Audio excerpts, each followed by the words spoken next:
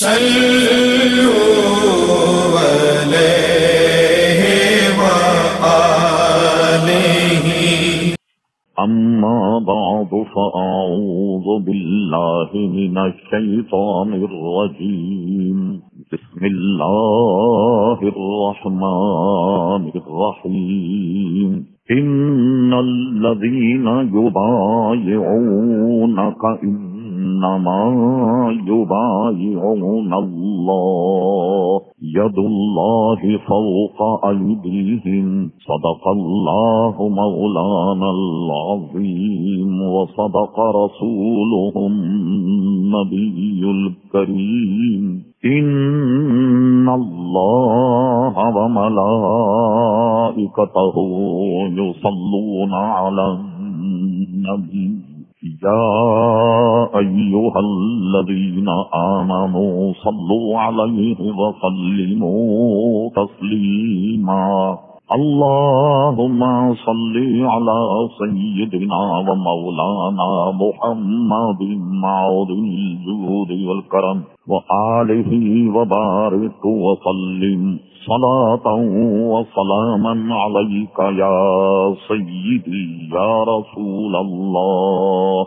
محترم حضرات، حمد و صلاۃ کے بعد اس فقیر حقیر نے آپ حضرات کے سامنے قرآن مجید فرقان حمید کی ایک آیت مقدسہ کا حصہ تلاوت کرنے کا شرف حاصل کیا۔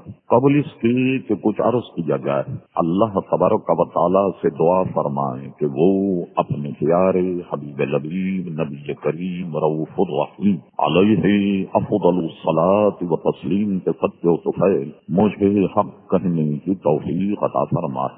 ہم تمام مسلمانوں کو اللہ تبارک و تعالی حق سن کر حق کو قبول کرنے کی اور اس پر عمل کرنے کی توفیق عطا فرمائے۔ حج کے مہینوں میں ان ایام حج میں ان سے متعلق جو معاملات، وہ مسائل، وہ واقعات جن کا تعلق سیدنا ابراہیم علیہ السلام کی زندگی سے تھا، چیدہ کہیں کہیں سے بیان کیے گئے۔ ابھی اس پر بیان جاری ہے کہ ابراہیم علیہ السلام نے کعبے کی تعمیر کیسے کی، کعبے کی تاریخ کیا ہے، قبلے کی تاریخ کیا ہے، اس کے بعد کے مسائل اور معاملات، کئی شاخیں ہیں جو ابھی پوچھنا ہے، جن کا بیان کرنا یقیناً ضروری کہ ہم نے اس موقع پہ مناسب سمجھا کہ حج کا یہ مہینہ جسے ذی الحجہ کہتے، اس مہینے کی 18 تاریخ کو، اگرچہ ایک روایت 9 تاریخ کی بھی زیادہ تر راجح یہ روایت ہے، 18 ذی الحجہ کو سیدنا عثمان غنی رضی اللہ تعالیٰ عنہ کی شہادت ہو۔ شہادت کا موقع ہو اور ان کا بیان نہ کیا جائے، ان کے جو احسانات ہم پر ہیں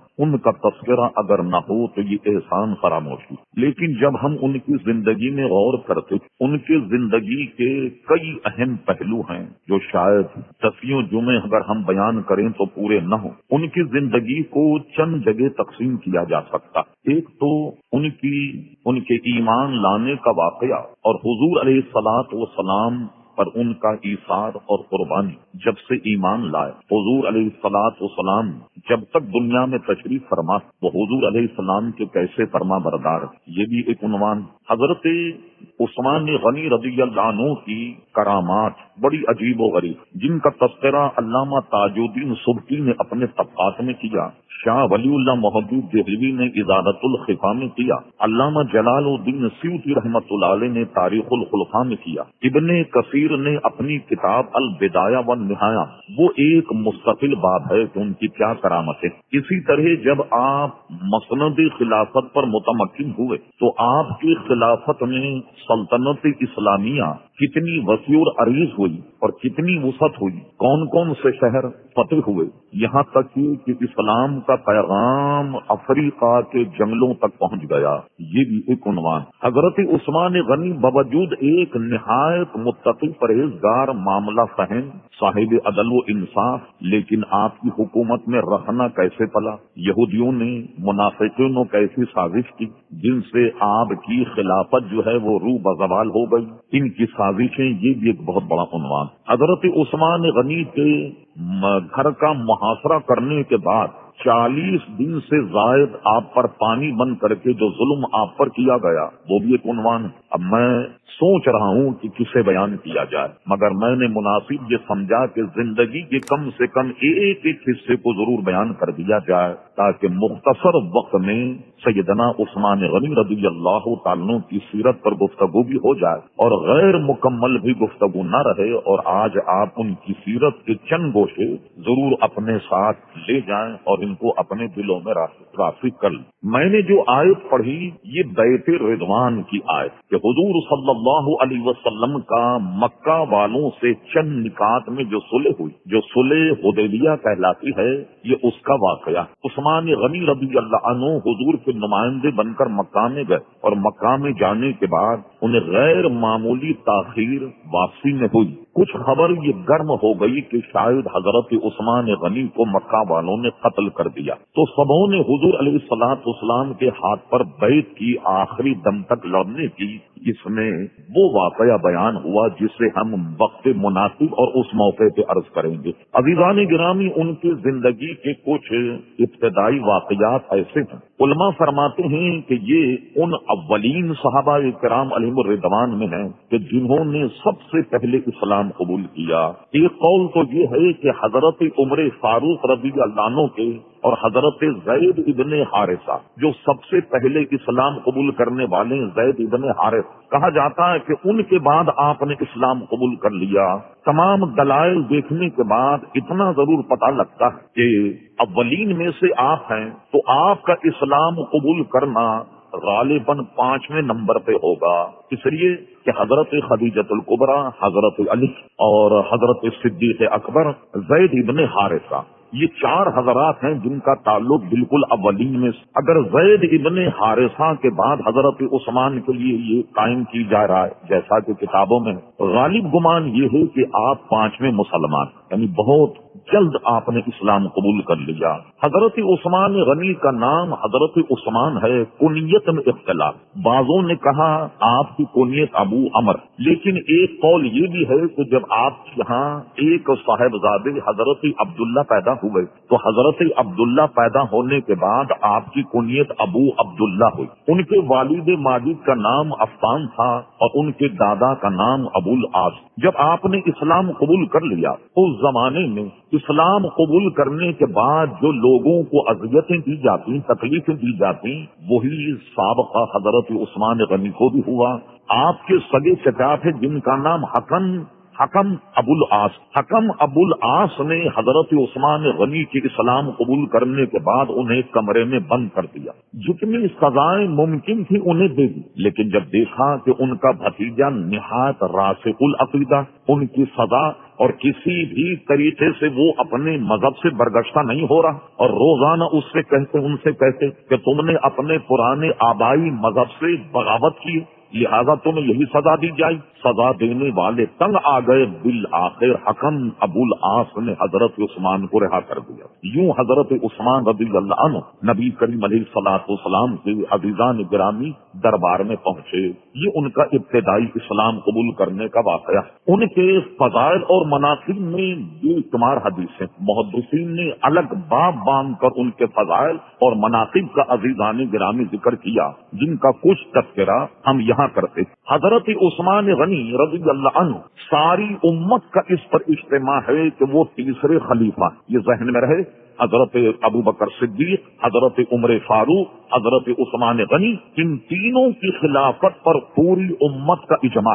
جو انہیں خلیفہ نہ مانے تو یہ امت کا اس پر ایسا اجماع ہے جیسے نماز کو نماز کہا جاتا ہے، کوئی نماز کو روزہ کہنے لگ جائے، روزے کو روزہ ہی کہتے ہیں، روزے کو کوئی نماز کہنے لگ جائے تو ایسا آدمی دائرے اسلام سے خارج ہے۔ ہمارے علماء فرماتے ان تین کی خلافت پر اجماع امت ہوا، ان کی خلافت کا انکار کرنے سے آدمی دائرے اسلام سے خارج ہو جائے گا۔ یہ جو قوم پیدا ہوئی جو کہتی ہے نا اپنی اذانوں میں اشہد ان علی الولی اللہ خلیفۃ رسول اللہ بلا فصل، کیا مطلب ہوا بلا فصل کا؟ کہ صدیق اکبر بھی نہیں، فاروق اعظم بھی نہیں، عثمان غنی بھی نہیں، اور براہ راست حضور کے خلیفہ حضرت علی ہیں۔ یہ اہل سنت و جماعت کا مذہب یا مسلمانوں کا مذہب یہ نہیں کہ ان تینوں کی خلافتوں کو ختم کرنے کے بعد یہ کہا جائے کہ سب سے پہلے خلیفہ حضرت علی ہیں، یہ اہل سنت و جماعت کا مذہب نہیں ہے. کوئی سنی اگر یہ اعتقاد رکھے تو ہمارے مذہب سے خارج ہو جائے گا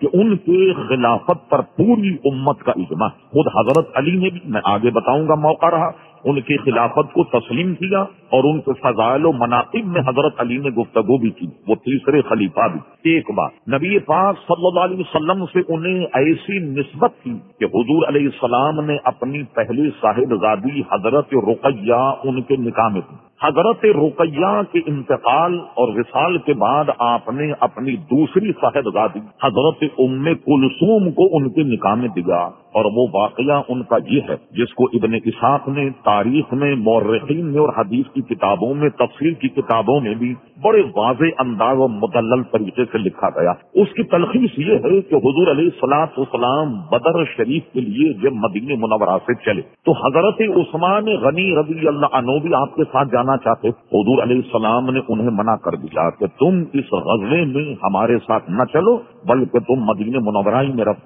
آج کل ہماری طرح لوگ جانیں بچایا نہیں کرتے تھے، بلکہ جانوں کو قربان کر دیا کرتے تھے نبی کریم علیہ السلام کے ساتھ. یہ آپ پر حضرت عثمان آمادہ نہیں کہ میں تو اس غزوے کی ثمرات و برکات سے محروم رہ جاؤں گا، میں تو آپ کے ساتھ چلنا چاہتا ہوں. حضور علیہ السلام نے ارشاد فرمایا ہماری صاحبزادی اور تمہاری زوجہ حضرت رقیہ کی طبیعت زیادہ خراب، سب علی، تم ان کی تیمارداری کرو. حضرت عثمان نے یہ بات تو مان لی کہ حضور علیہ السلام نے ارشاد فرمایا. مگر اب دل میں یہ سوال پیدا ہوا کہ جو لوگ بدر کے مارکے میں شریک ہوں، فضائل اور مناقب میں یقیناً ان کی فضیلت ہم سے زیادہ ہے، اور حضور علیہ السلام کے سامنے ہم گویا یہ غزوہ اور یہ جنگ لڑیں، اس سے تو ہم محروم ہو جائیں. کہا حضور میں تو اس شرف سے محروم ہو جاؤں گا. یہ ہے وہ سرکار ابد قرار کہ جن کو اللہ تبارک و تعالیٰ نے اپنے کارخانے کا ایسا مالک و مختار بنا کر بھیجا. بقول اعلیٰ حضرت امام اہل سنت مولانا شاہ احمد رضا خان فاضل بریلوی رحمت اللہ تعالی علیہ، میں تو مالک ہی کہوں گا کہ ہو مالک کے حبیب یعنی محبوب و محب میں نہیں میرا تیرا، اور ایک جگہ کہتے ہیں حکم نافذ ہے تیرا، خامہ تیرا سیف تیری دم میں جو چاہے کرے دور ہے شاہ تیرا. فرما عثمان اگر اجر و ثواب کا معاملہ ہے تو تم اپنی بیوی کی تیمارداری کرو، تمہیں گھر بیٹھے ہم بدر کا ثواب عطا فرمائے. یہ آپ نے کیسے مالک و مختار ہے کہ ایک شخص گھر بیٹھے اور اسے بدری صحابہ میں شمار کر لیا گیا اور بدری صحابہ کا ثواب بھی عطا فرما دیا گیا. یہ ہے وہ پیارے مصطفیٰ صلی اللہ علیہ وسلم کی زبان کہ وہ زبان جس کو سب کن کی کنجی کہیں، اس کی نافذ حکومت پہ لاکھوں سلام. عثمان نے سمجھ لیا کہ بدر کا ثواب ملے گا حضور علیہ السلام حکم کی بجا آوری پر. تو حضرت عثمان ٹھہر گئے، اور ٹھہرنے کے بعد کیا ہوا؟ عزیزان گرامی مارکہ بدر جب ہوا جو کفر اور اسلام کا ایک انفرادی مارکہ تھا، کون نہیں جانتا کہ مسلمان بے ساز و سامان، بے سر و سامان، اور ادھر بڑے بڑے سردار جو اپنے شہپاروں کے ساتھ بڑے بڑے ہتھیاروں سے لیس اس میدان میں آ گئے. یہ سب ہم نے جنگ بدر اور غزوہ بدر کے موقع پر آپ سے گزارش کی اور آپ کے یقیناً ذہن میں ہوگا. خدا کا کرنا دیکھیے کہ جس دن مارکے بدر یہ تتمے کو پہنچا کہ حضور علیہ السلام نے یہ مارے کا سر کر لیا، حضور علیہ السلام نے یہ خبر فوراً مسلمانوں کو بھیجی تاکہ مدینہ منورہ میں مسلمان یہ جان جائیں کہ اس جنگ کا نتیجہ کیا نکلا. ایک قاصد جب آیا مدینہ منورہ جب حاضر ہوا تو یہ خبر ملی کہ حضرت رقیہ کا انتقال ہو گیا اور ان کو سپرد خاک کیا جا رہا، ان کو زمین میں رکھا جا رہا. یہ خبر وہاں ملی. اب جب حضور علیہ الصلوۃ والسلام تشریف لائے تو آپ کو تعجب ہوگا. ایک تو یہ کہ فضائل کے اعتبار سے انہیں بدری صحابہ میں شمار کر لیا گیا. صرف اتنا ہی نہیں بلکہ حضور علیہ السلام کو جو مال کفار مشرکین سے مال غنیمت کے طور پہ ملا، جب ان کا حصہ کیا گیا تو پورا حصہ جو ایک بدری صحابی کو ملا اتنا ہی حصہ حضرت عثمان غنی کو بھی دیا گیا. یعنی ثواب میں بھی شریک اور جو مال تقسیم ہوا ان میں بھی حضرت عثمان شریف اللہ اکبر. حنفیوں کے بہت بڑے امام علامہ ملا علی قاری رحمت اللہ علیہ مشکاہ شریف ایک حدیث کو بیان کرتے تبصرہ کرتے جب حضرت رقیہ کا انتقال ہوا تو حضرت عثمان غنی پر ایک غم کے آثار. ایک تو اپنی شریک حیات وصال کر گئی, ایک تو غم یہ تھا اور دوسرا غم یہ تھا کہ حضور علیہ الصلوۃ والسلام کی صاحب زادی میرے نکاح میں ہونے کی وجہ حضور علیہ السلام سے جو رشتہ استوار ہوا اس سے میں محروم رہ گیا. ملا علی قاری لکھتے کہ حضور علیہ السلام نے ارشاد فرمایا عثمان کیوں غم کرتے؟ کہا حضور یہ رشتہ میرا آپ کا ختم ہو گیا, میں تو اس میں پریشان. فرما عثمان غم نہ کرو, آپ نے انہی کی بہن اپنی دوسری صاحبزادی حضرت ام کلثوم کا نکاح حضرت عثمان غنی رضی اللہ عنہ سے کر دیا. علامہ امام جلال الدین سیوطی رحمت اللہ علیہ تاریخ الخلماء میں ایک حدیث یہ نقل کرتے فرماتے ہیں کہ جب حضور نے یہ نکاح کیا تو نکاح کرنے کے بعد ان کی فضیلت یہی کیا کم کہ دوسری صاحبزادی ان کے نکاح میں آ گئی. مگر یہ جملہ بھی حضور نے ارشاد فرما عثمان اگر تمہارے نبی کی 40 بیٹیاں بھی ہوتی وہ یہ کے بعد بھی میرے ان کا انتقال ہوتا رہتا تو میں 40 کی 40 تمہارے نکاح میں دے دیتا. یہ فضیلت حضرت عثمان رضی اللہ تعالی عزیزان گرام عنہ کی ہے کہ 40 بیٹیاں بھی کہاں میں تمہارے نکاح میں دے دیتا. اس سے حضرت عثمان رضی اللہ تعالی عنہ کی عزیزان گرامی فضیلت کا اندازہ کیا جا سکتا. اب لیجیے حضرت عثمان غنی رضی اللہ عنہ پر حضور کو اتنا اعتماد تھا کہ آدمی اپنی نیابت جب کسی کو سونپتا ہے کمزور آدمی کو نہیں سونپتا. سنیے ایک غزوہ تھا, اس غزوے میں حضور علیہ الصلوۃ والسلام جب نکلے تو نکلنے کے بعد عموماً کبھی مدینہ منورہ میں عارضی طور پر اپنی نیابت اور اپنی خلافت کسی کو عطا فرماتے. جب حضور کسی غزوے میں جاتے کسی نہ کسی کو مدینہ شریف کی کمان اور مدینہ شریف کے امور سپرد کر دیا کرتے. ذات الرقاع ایک غزوہ حضور علیہ الصلوۃ والسلام نے اس موقع پر حضرت عثمان غنی کو مدینہ منورہ میں اپنی نیابت سونپی, اپنی خلافت کہ میری غیر موجودگی میں تم یہاں کے کام انجام دو گے, اور حضور علیہ الصلوۃ والسلام تشریف لے گئے. تو آپ نے دیکھا ایک فضیلت ان کی یہ بھی ہے اور کوئی عجب نہیں کہ یہ ان کی خلافت کی جانب بھی اشارہ کہ میں اپنی زندگی میں انہیں مدینہ منورہ میں اپنا نائب اور اپنی نیابت ان کو سونپ کر کے جا رہا ہوں. اس میں حضرت عثمان غنی کی خلافت کی طرف بھی اشارہ ہو سکتا ہے جیسا کہ آپ خلیفہ ہوئے. حضور علیہ السلام تشریف لے گئے, ایک مرتبہ تو یہاں نیابت دی اور دوسری مرتبہ سنیے جب کوئی دو حکومتوں میں اہم مذاکرات ہوں تو بادشاہ یا حاکم بڑے اعتماد کے آدمی کو بھیجتا. نمائندے کا کام کیا ہوتا ہے اپنے حاکم یا اپنے سربراہ کی نیابت کرے, اس کا اقرار درخت کے نیچے بیعت ہونے لگ گئے. اگر مکہ مکرمہ کے سرداروں کی جانب سے کوئی مذمت ہوئی تو ہم آخری دم تک لڑیں گے, بھاگیں گے نہیں, وغیرہ وغیرہ. یہ ساری بیعت جب صحابہ کرام کر چکے تو کرنے کے بعد کیا ہوا, حضور علیہ الصلوۃ والسلام نے مسلم شریف کی حدیث, اسے علامہ جلال الدین سیوطی بھی نقل کیا, معتبر تواریخ میں بھی یہ واقعہ موجود. حضور علیہ السلام نے یہ فضیلت پوری جماعت میں, یہ انفرادی فضیلت کے پوری جماعت سوائے حضرت عثمان غنی کی یہ فضیلت کسی کو نہ ملی. ویسے حضرت عثمان غنی سے افضل ہے صاحب عمر فاروق رضی اللہ عنہ, حضرت صدیق اکبر, مگر جزوی طور پر یہ فضیلت سوائے حضرت عثمان کے کسی حصے میں نہیں آئی. مجمع عام جب بیعت کر چکا, مسلم شریف حدیث میں حضور نے اپنا ایک ہاتھ اٹھایا اور دوسرا اس طرف کیا, فرمایا کہ چونکہ حضرت عثمان اللہ اور اس کے رسول کے کام میں مشغول ہیں, تم سب تو گویا بیعت کر چکے, اب میں عثمان کی بیعت کرتا ہوں. سبحان اللہ. فرمایا یہ ہاتھ میرا, یہ ہاتھ عثمان کا, اور میں عثمان کی بیعت کرتا ہوں. اپنے ہاتھ میں اپنا ہاتھ لے کر دبا کر حضرت عثمان کی بیعت کی. یہ تو بیعت ہو گئی. اب اس سے چند شاخیں نکلتی ہیں, وہ سارا ازالہ آپ کے ذہن سے نکل جائے. جو عقیدے کا بھی ایک مسئلہ وہ یہ ہے کہ جس درخت کے نیچے یہ بیعت ہوگی, اب عموماً کیا ہوتا کہ بھئی یہ بیعت رضوانی درخت کے نیچے ہوئی تو لوگوں میں رواج یہ ہو گیا کہ آپس میں کوئی معاہدہ ہو لوگ کہتے چلو اس درخت کے نیچے چل کر ہم سے وعدہ کرو، اس درخت کے نیچے آن کر وعدہ کر کے تم نے یہ قرض دیا واپس کرو گے یا نہیں؟ ٹھیک ہے صاحب، یہ وعدہ اس سے قائم رہو گے یا نہیں؟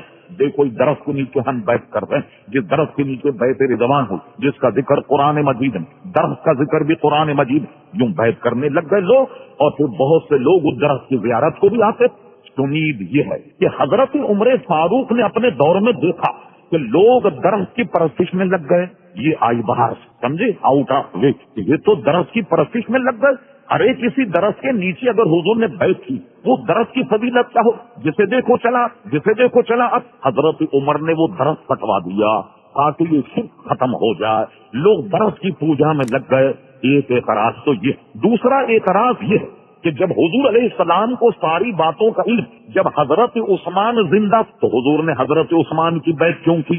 دوسرا اعتراض اس پر یہ ہو گیا، اللہ تعالیٰ علامہ اسماعیل حقی رحمت اللہ علیہ کی قبر رحمت رضوان کے پھولوں سے بھر دے، فرما ہوا یہ کہ یہ درخت تو سوکھ گیا، یہ کٹ گیا یا کچھ بھی ہوا، لوگ دوسرے درخت کو بیت رضوان کا درخت سمجھ کر اس کے نیچے جمع ہونے لگ گئے، تو حضرت عمر فاروق نے فرمایا یہ تو وہ درخت ہی نہیں، تم نے یہ نیا کام شروع کر دیا۔ وہ درخت بقول علامہ اسماعیل حقی غائب ہو گیا، وہ درخت غائب ہو گیا، دوسرے درخت کے نیچے لوگ جمع ہونے لگ گئے، تو حضرت عمر فاروق نے وہ درخت کٹوا دیا۔ تحقیق کا تقاضا یہ ہے جو میں نے عرض کر دیا، ورنہ درخت یا پتھر یا کوئی چیز جس سے حضور کی نسبت ہو جائے تو وہ باعث برکت ہے، اور کئی حدیثیں ایسی موجود ہیں، میں نے اپنی کتاب توسل میں اس کا ذکر کیا۔ ایک صحابی نے دوسرے صحابی کو دعوت دی کہ آؤ تم میرے گھر چلو، انہوں نے کہا کیا کرنا ہے گھر چل کے؟ کہا میں تمہیں اس کٹورے سے پانی پلاؤں گا جسے مصطفیٰ نے پیا۔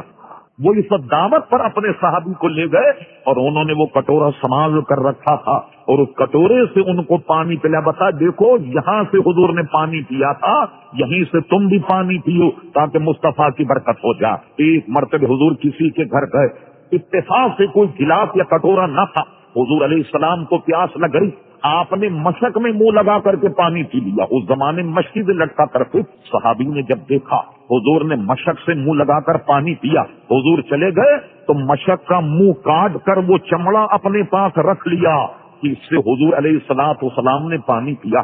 ایک صحابی کے پاس حضور کی کمان تھی، وہ بغیر وضو کے کمان کو چھوا نہیں کرتے تھے، ہاتھ نہیں لگا کر۔ ایسے آثار ہزاروں حدیثوں میں موجود بیان کی جا سکتے ہیں، لیکن وہ ہمارا عنوان نہیں۔ تو آپ نے دیکھا وہ درخت تو غائب ہو گیا، دوسرے درخت کے نیچے لوگ جمع ہونے لگ گئے، حضرت عمر فاروق نے اس درخت کو کٹوا دیا۔ دوسرا اعتراض یہ، اگر حضور کو معلوم تھا کہ حضرت عثمان زندہ ہیں تو صحابہ جو بیعت کر رہے ان سے بیعت کیوں نہیں لی؟ ارے بھلے مانس، مسلم شریف کی حدیث، حضور فرماتے عثمان اللہ اور اس کے رسول کے کام میں مشغول ہیں اور میں عثمان کی بیعت کرتا ہوں، اسی لیے تو بیعت کی کہ حضرت عثمان کے متعلق معلوم تھا کہ وہ زندہ ہے اور مکہ مکرمہ میں۔ ال فرماتے سب کا نام لیتے میں اس کی بھی کرتا ہوں، اس کی بھی کرتا ہوں، اس کی بھی کرتا ہوں، نہیں خالی حضرت عثمان کی کیوں کی؟ اور صحیح حدیث سے پتہ لگا، فرما عثمان اللہ اور اس کے رسول کے کام میں، میں عثمان کی طرف سے بیعت کر کے اپنا ہاتھ اپنے ہاتھ میں لے کر بیعت کی۔ اب آئیے حضرت عثمان غنی کی فضیلت جو آیت ہم نے خطبے میں تلاوت کی، اللہ اکبر، اس بیعت کا نقشہ اللہ تبارک و تعالیٰ نے قرآن میں بیان فرما دیا، یہ پورا نقشہ آیت قرآن بنا دیا، ارشاد باری تعالیٰ ہوا ان الذین، اور اے میرے محبوب وہ لوگ یبایعونک جنہوں نے تمہارے ہاتھ پر بیعت کی، میرے حبیب بظاہر تمہارا ہاتھ تھا، مگر فرمایا یبایعون اللہ، بظاہر تو انہوں نے تمہارے ہاتھ سے بیعت کی اور حقیقت میں انہوں نے اللہ کے دست قدرت پر بیعت کی۔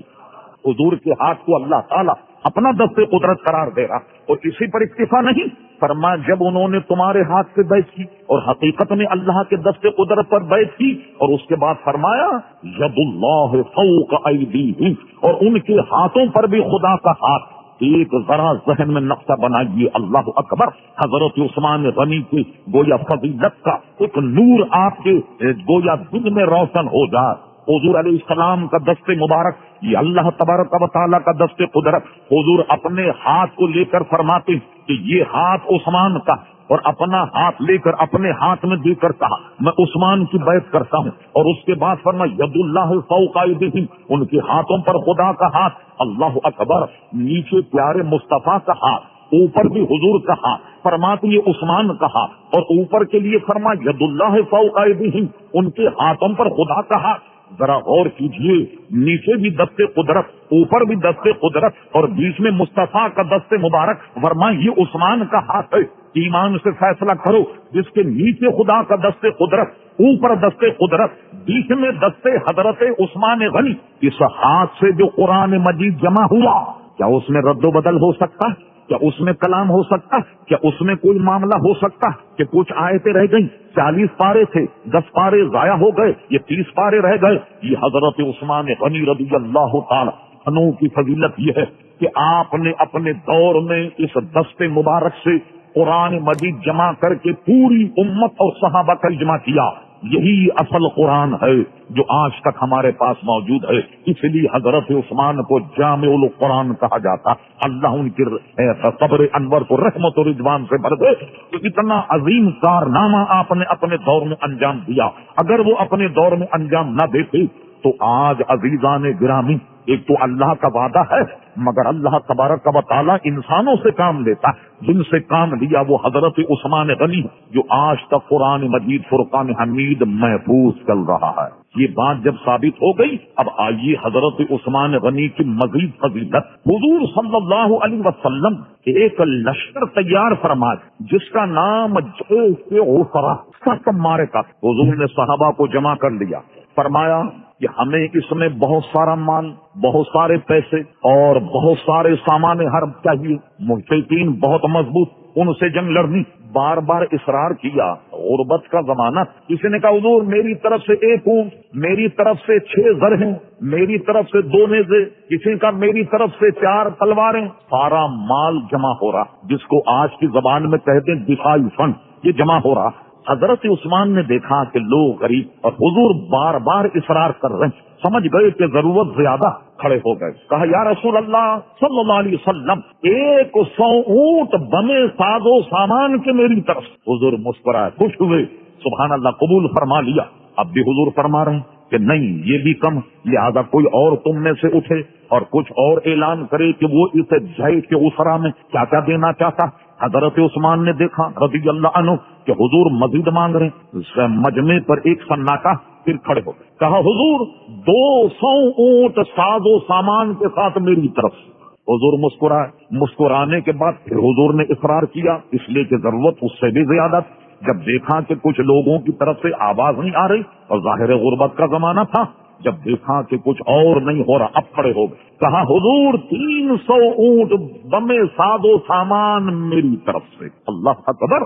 اب لیجیے ترمذی شریف کی حدیث سنیے، حضور نے ارشاد فرمایا، جب یہ انہوں نے حضور سے عرض کی کہ 300 اونٹ بمے ساز و سامان میری طرف سے، حضور مسکرائے اور اس کے بعد فرمایا اب حضرت عثمان کی کوئی معصیت انہیں نقصان نہیں پہنچائے گی، یعنی گناہ سے ایسے پاک ہو گئے کہ اب ان کا کوئی گناہ، کوئی ان کی سستی یا کاہلی اب ان کے لیے مسئلہ نہیں ہو۔ اور امام سیوطی نے حدیث نقل کی، جب مال آیا اس میں سونے کے دینار بھی، حضور علیہ السلام سونے کے دیناروں کو پلٹتے جاتے، دیکھتے جاتے، فرما لوگوں گواہ رہو اب عثمان کا کوئی عمل اسے نقصان نہیں پہنچائے گا۔ اللہ اکبر۔ اب آئیے، نئی ہجرت مدینے میں ہوئی، سارے کنویں کھاری، جس کو اردو میں کھارا کہتے، سب کنویں میں پانی بالکل نمکین، مجبور لوگ اسے پی رہے۔ ایک یہودی تھا، اس کے پاس ایک میٹھا کنواں تھا جس کا نام روما تھا، وہ پیسے سے پانی بیچتا، اور یہاں تو غربت کا عالم، اس قدر غریب کہ اللہ اکبر بتا نہیں سکتا۔ حضور نے ارشاد فرمایا اے میرے غلاموں، ہے کوئی تم میں ایسا آدمی جو اس روما چشمے کو خرید کر مسلمانوں پر وقف کر دے، میں وعدہ کرتا ہوں اسے کہ جنت میں چشمہ عطا فرماؤں گا۔ اللہ اکبر۔ خریدے دنیا میں مسلمانوں پر وقف کرے، اور حضور فرماتے ہیں کہ میں جنت میں اس کو چشمہ عطا فرماؤں گا۔ میں تو مالک ہی کہوں گا کہ ہو مالک کیا بھی ایسے مالک کہ دنیا کا چشمہ جنت میں عطا فرما۔ حضرت عثمان الحمدللہ اللہ نے مال دیا، چشمہ خرید لیا، نہ صرف خریدا بلکہ اور پیسے لگا اس کو گہرا کیا۔ آپ جانتے جنہیں یہ مسئلہ معلوم، پانی جب ٹوٹ جائے یا کم ہو جائے اسے اور گہرا کیا جائے تو زیادہ پانی نکلتا۔ نہایت شیریں اور میٹھا چشمہ، ساری تیاری کر کے آئے حضور کی بارگاہ میں، عرض کرتے حضور میں نے یہ سنا کہ آپ نے فرمایا کہ روما چشمہ اگر کوئی مسلمانوں پر بس کر دے تو آپ اسے جنت میں چشمہ عطا فرمائیں؟ فرمایا ہاں، میں نے یہ ارشاد فرمایا۔ میں نے کہا حضور میں نے وہ چشمہ خرید کر مسلمانوں وقف کر دیا، اب تمام مسلمان وہاں سے مفت پانی اور مفت پانی پی۔ حضور نے مسکرا کر فرمایا عثمان اگر تم نے وہ چشمہ خرید کر مسلمانوں وقف کر دیا اب اطمینان رکھو کہ جنت میں تمہیں چشمہ دینا ہمارا کام، ہم تمہیں جنت میں چشمہ عطا فرماتے۔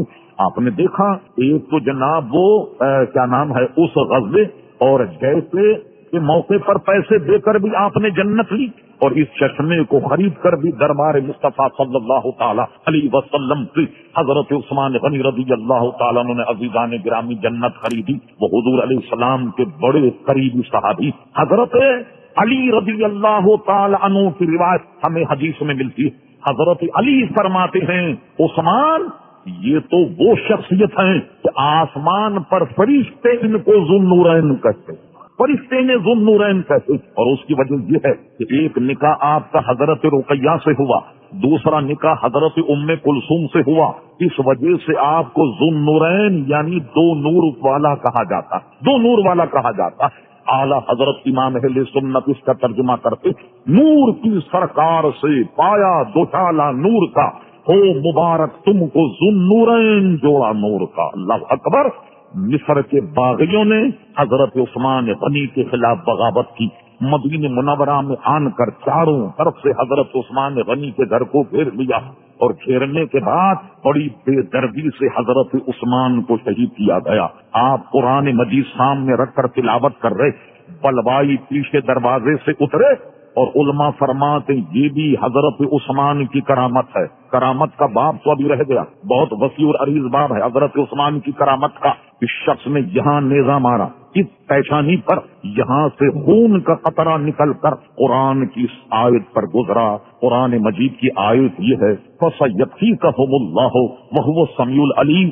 اگر آپ یہ دیکھیں اس کے ترجمے اور واقعے کو، اس کا معنی ہے فَسَيَكْفِيكَهُمُ اللَّهُ، اللہ تبارک و تعالیٰ تمہارے لیے کافی، فَسَيَكْفِيكَهُمُ اللَّهُ وَهُوَ السَّمِيعُ الْعَلِيمُ، بے شک وہ سننے والا اور علم والا۔